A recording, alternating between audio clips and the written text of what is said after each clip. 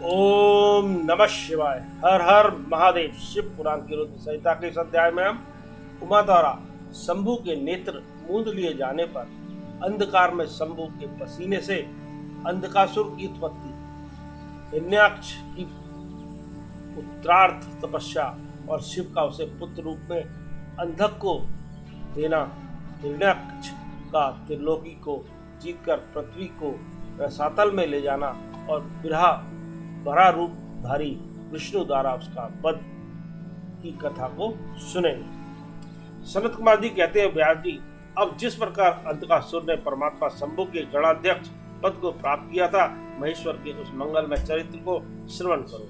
महेश्वर अंधकासुर ने पहले शिव जी के साथ बड़ा घोर संग्राम किया था, परंतु पीछे बारंबार सात्विक भाव के उद्रेक से उसने शंभु को प्रसन्न कर लिया, क्योंकि नाना प्रकार की लीलाएं करने वाले शंभु शरणागत रक्षक तथा परम भक्त वत्सल है। उनका महात्म्य परम अद्भुत है। व्यास जी ने पूछा, ऐश्वर्यशाली मुनिवर, वह अंधक कौन था और भूतल पर किस वीरवान के कुल में उत्पन्न हुआ था?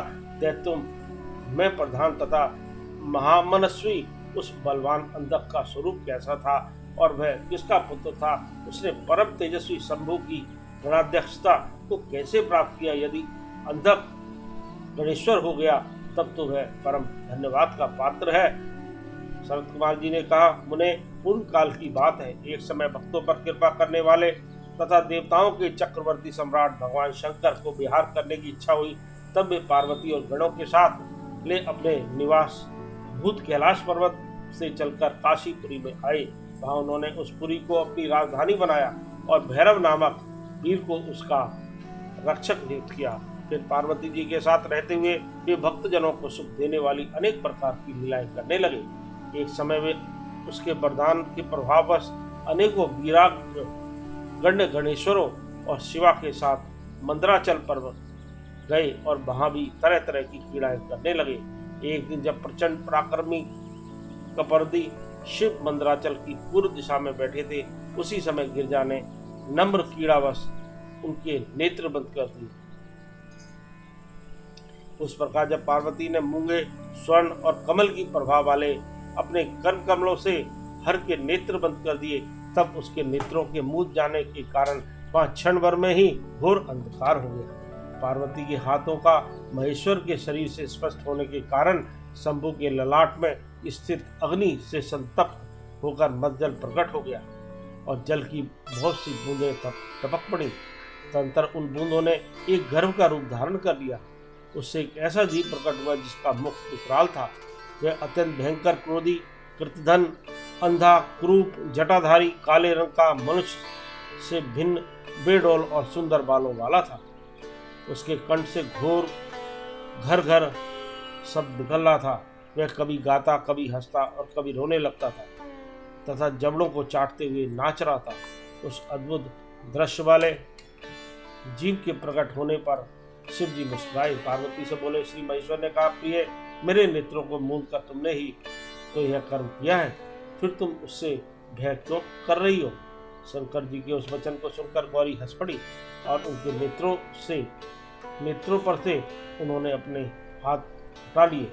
फिर तो वहां प्रकाश छा गया, परंतु उस प्राणी का रूप भयंकर ही बना रहा और अंधकार से उत्पन्न होने के कारण उसके नेत्र भी अंधे थे। तब वैसे वाणी को प्रकट हुआ देखकर गौरी ने महेश्वर से पूछा। गौरी ने कहा, भगवान, मुझे सच सच बताइए कि हम लोगों के सामने प्रकट हुआ यह बेडोल प्राणी कौन है? यह तो अत्यंत भयंकर है।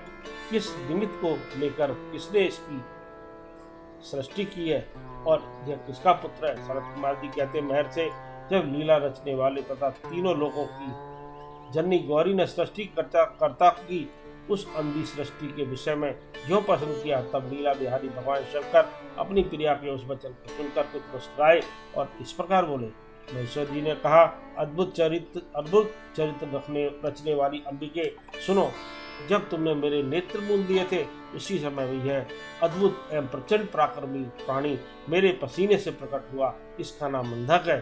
तुम ही इसको उत्पन्न करने वाली हो, अतः सखियों सहित तुम्हें करुणा पूर्वक इसकी गणों से यथा योग्य रक्षा करते रहना चाहिए। आर्य, इस प्रकार बुद्धि पूर्वक विचार करके ही तुम्हें सब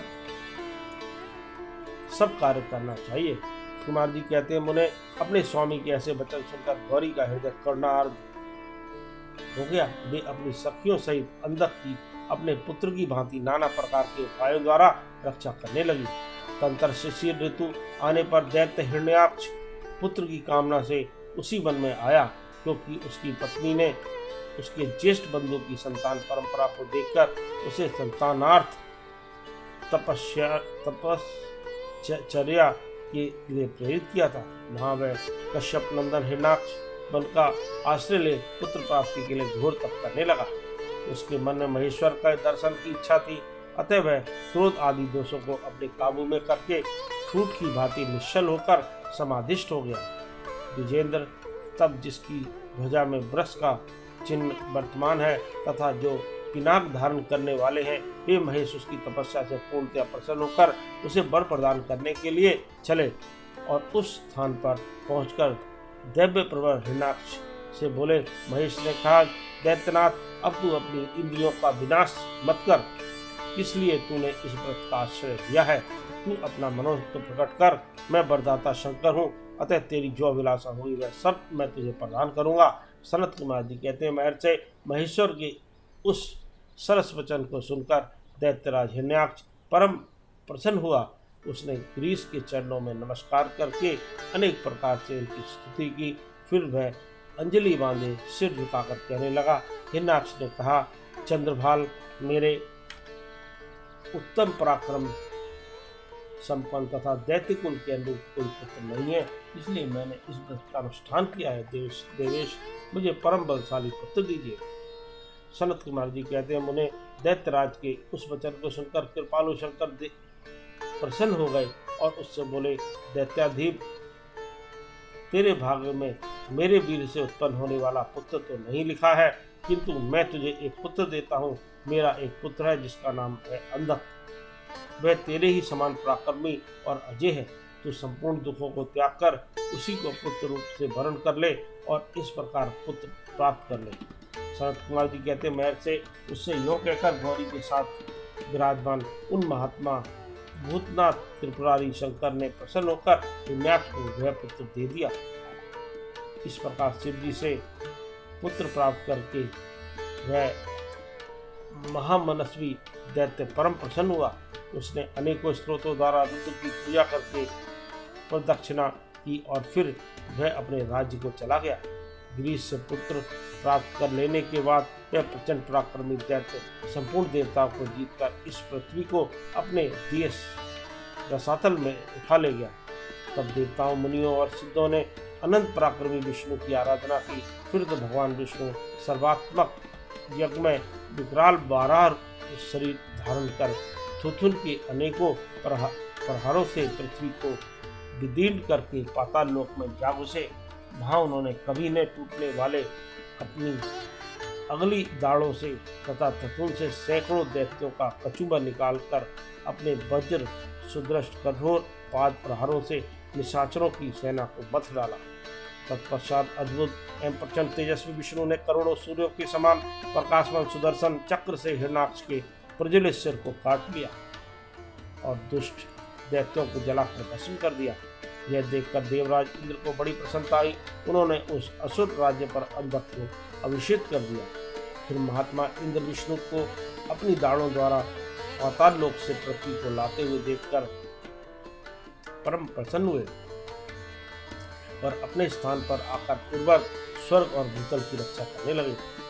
इधर 12 रूप धारण करके उत्तम कार्य करने वाले उग्र रूपधारी श्री हरि प्रसन्न चित्त हुए और समस्त देवों, मुनियों और पद्मियोनी ब्राह्मणों द्वारा प्रशंसित होकर अपने लोक को चले गए। इस प्रकार 12 रूपधारी विष्णु द्वारा असुर राज हिरण्याक्ष के मारे जाने पर समस्त देव, मुनि तथा अन्यान्य सभी जीव सुखी हो गए।